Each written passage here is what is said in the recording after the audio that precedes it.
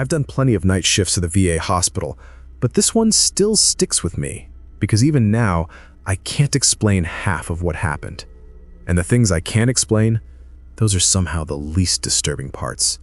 It was the week of Veterans Day and the hospital was running low on staff. I got assigned to the oldest wing, the section that barely has working lights and still smells faintly like rubbing alcohol trapped in the walls from the 70s. Most veterans who stayed there long term had either been moved or, well, you know. By 2:45 a.m., the entire place felt dead quiet. Quiet enough that you start hearing things you normally don't. Your footsteps, the hum of the old heaters, and every little creak the building makes when it settles. I was finishing some charting when the call light panel blinked. Room 214, assistance needed. My stomach dropped. 214 had been empty for months. Nobody stayed there. Nobody could. The room was scheduled for renovation. I tried resetting the light from the desk. It blinked again, this time a little slower, like someone was tapping the button on the inside. I told myself it was just a wiring glitch. This wing had tons of them. So I grabbed my clipboard and walked down the long hall. Half the ceiling lights were out, leaving these pockets of darkness between every doorway, and for some reason, the whole hall felt colder than it should have been. When I reached room 214, the air felt thick, like stepping into a walk-in freezer. I pushed the door open. It was dark except for the hallway light slipping in through the doorway. Nothing looked out of place. Bed made, monitor unplugged, curtains open. But the moment I stepped inside, something brushed across the back of my neck. Not air, not imagination, something much worse. Breathing. Slow, heavy, like a man who'd spent his whole life carrying weight on his chest, and it was behind me. I spun around so fast I almost tripped, but nothing was there. My chest tightened. I wanted to leave, hand shaking as I reached for the door. And then, the chair moved. Not a lot, not dramatic. No horror movie sliding across the room. Just 1 inch, enough to hear the legs scrape the tile. Enough to know it wasn't my imagination. My stomach dropped. That room suddenly felt too small. I stepped out and shut the door, but the call light stayed on, blinking, slow, almost patient. I walked back toward the nurse's station, trying to steady my breathing, but then my eyes caught something on the whiteboard near the sink, something that absolutely should not have been there. A name I recognized. Sergeant David R. I froze.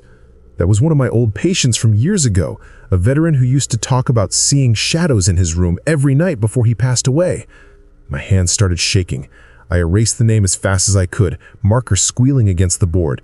And right then, just as the last letter disappeared, I heard something. A laugh. Soft. Close. Coming from one of the other empty rooms. The kind of laugh that doesn't belong in a hospital, especially not at that hour.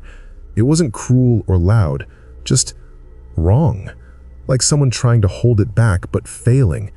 I really didn't want to check. Everything in me said, don't go, but protocol won. I stepped into the hallway and slowly approached the sound. The closer I got, the louder it became, higher pitched, shaky, almost excited. I reached the doorway where the sound was coming from. My fingers were trembling on the frame when a hand tapped my shoulder. I nearly screamed.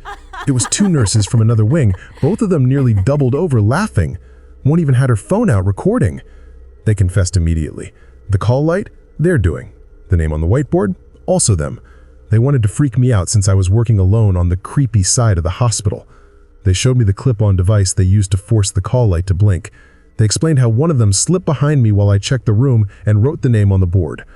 I wasn't amused, but I was relieved for about 2 seconds. Because when I asked them, okay, but who moved the chair? Who breathed on me? Who laughed before you two got here? Their smiles faded instantly. They stopped recording.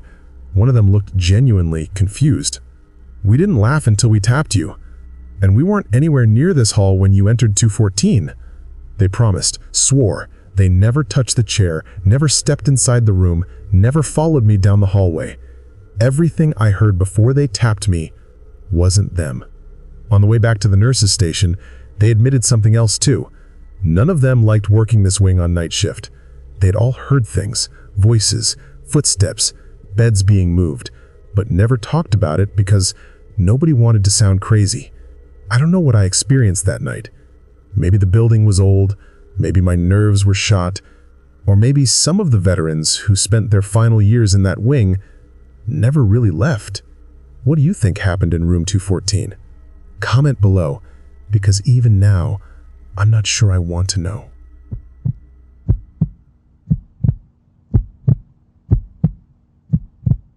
I still don't know how to explain what happened that night. Even now, when I try to put it into words, a part of me wonders if my mind twisted something, or if I really saw what I think I did. It was late, close to midnight, when I decided to take the old walking trail behind our neighborhood. I know, bad idea, but I had been restless the whole evening, pacing around my room, unable to focus on anything. A walk usually cleared my head. The air was cold enough that my ears stung, and the fog had started settling in a soft rolling layer across the ground. Not thick, just enough to blur the edges of everything. The trees creaked in the wind. Dry leaves scraped across the path like something crawling just out of sight. All of it felt normal enough, until it didn't. About 10 minutes in, the trail opened into this small, forgotten clearing with an old stone memorial. Nothing fancy, just a worn, weather-beaten slab with the names of soldiers from WW2 engraved into it. I'd passed it dozens of times in daylight, but at night, it felt wrong. Like the fog was thicker only around that place, like the air pressed heavier on my shoulders. I slowed down, not because I wanted to explore, but because my body just made me. That instinctive pause you don't question, it just happens. The clearing was dead silent. No crickets, no wind, no rustling leaves, just an empty stillness that made every sound I made, my breathing, my footsteps, feel way too loud.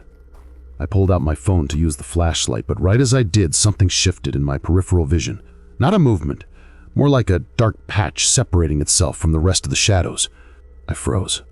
My mind immediately started its usual tricks. It's nothing. It's a branch, a tree, your eyes adjusting. But then it sharpened, just a little. Not enough to see clearly, just enough to confuse you. A faint outline, like a helmet shape catching a thread of moonlight, then what looked like a shoulder, then maybe the curve of a face. I blinked hard, and it changed. The shape rearranged itself almost like smoke drifting into a new position. I wasn't seeing a clear person, but I wasn't not seeing one either. I'm imagining this, right? I whispered to myself. No answer. Just that same pressure in the air, like the atmosphere itself was holding its breath. I tried to rationalize it. Low light, fog, my brain making patterns out of shadows. We're wired to look for faces when we're scared. I knew the psychology behind it. I understood it. But understanding fear doesn't stop you from feeling it. The figure, if that's what it was, didn't move, didn't sway with the fog, didn't react to me. It just existed. Still, rigid, like someone standing at attention after being forgotten for too long. A strange chill climbed up my spine, not a normal shiver, something deeper, like a warning. I had this overwhelming instinctive thought. You shouldn't be seeing this. And before I could think anything else, my body reacted. Not like I chose to run. My legs just took off, like a verdict had already been made inside me. Leave now. My feet pounded the trail. My breathing turned jagged, white fog bursting from my mouth. I didn't look back, couldn't. It felt like if I turned around, something would change. Either the figure would be closer or it would be gone. Both options terrified me. My body didn't slow until I reached the first streetlight. Only then did the world feel normal again. Sounds returned, the air felt lighter, my mind started catching up with what happened. I leaned on a railing, trying to steady my breathing, and one question kept echoing in my head. If what I saw wasn't real, why did my body react like it was? I didn't see a ghost. I didn't see a clear soldier. No glowing eyes, no dramatic apparition. But I saw something my brain can't fully explain, and something my instincts recognized instantly. And sometimes that scares me more than any ghost story ever could.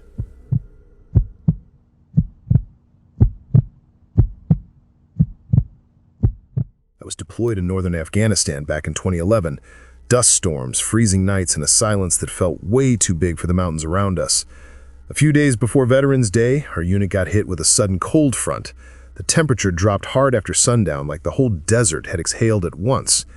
That night, I pulled maintenance duty on the motor pool. Everyone else was inside the tent playing cards, but I drew the short straw and ended up outside with a flashlight and a half-dead radio. Around midnight, the wind completely stopped. The desert can do that, go from violent to dead still in seconds. I remember thinking, great, now I can finally hear myself think. But the quiet that settled on the outpost wasn't normal. It felt expectant, like the night was holding its breath. I was checking under a Humvee, trying to see if the oil leak we spotted earlier had gotten worse. I slid down onto the cold ground, pushed my light under the chassis, and that's when I felt it. A hand. A cold, stiff hand grabbing my wrist. I froze. I didn't scream. I couldn't. It wasn't a sudden grab, not like an attack. It was slow, hesitant, like someone trying to get my attention without scaring me. My first thought was, one of the guys is messing with me. But none of my unit would be stupid enough to crawl under a Humvee at night. The ground was freezing, and besides, I had just heard them laughing inside the tent seconds earlier. The hand tightened, not painfully, but firmly. There was no warmth, no pulse, nothing human about the temperature. The weirdest part, the hand felt familiar, like an old glove left in the snow. I jerked back as hard as I could, scrambled to my feet, and shined the flashlight under the vehicle. Nothing.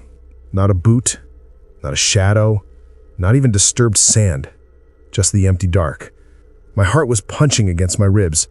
I backed away from the Humvee, keeping the light aimed underneath, expecting someone, anyone, to crawl out. But there was dust. I tried convincing myself it was my imagination. Long days, no sleep, too much stress. But then I noticed something that turned my stomach. My wrist, where the hand grabbed me, was red, like frostbite, like something truly cold had been there. I walked into the tent trying to act normal, but one of the guys took one look at me and said, "Bro, you look like you just saw your own ghost." I didn't tell them anything. I didn't want to be the next topic of jokes for the next 3 weeks. Later that night, while I tried to sleep, I remembered something one of the older vets once told us around the fire. Some soldiers don't die screaming or fighting. Some die waiting for help that never came. And sometimes, they're still waiting. I kept trying to shake that thought off, but I couldn't. 2 nights later, Veterans Day, the temperature dropped even harder. We all heard a distant metallic clank echo across the motor pool, like someone crawling under one of the vehicles. Not walking, not footsteps, just metal shifting from beneath. The same sound I heard earlier that night when I slid under the Humvee. The guys thought it was an animal. I knew better. I didn't say a word. A few weeks later, when our unit rotated home, one of the mechanics replacing us told me something quietly, like he didn't want the others to hear it. Have you ever felt like someone's under the trucks out there, checking them? Like someone who's not supposed to be breathing anymore? I didn't respond, but inside I felt the same coldness crawl over me that I felt that night on my wrist. Maybe it was all in my head. Maybe it was the stress, the cold, the exhaustion.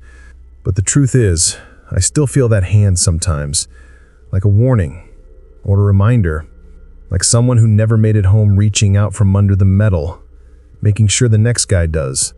And the worst part is I know what I felt, but I have nothing to prove it, nothing except a memory my brain keeps replaying, and the colder part of me that wonders if someone else is still down there under the sand, waiting for help that never came.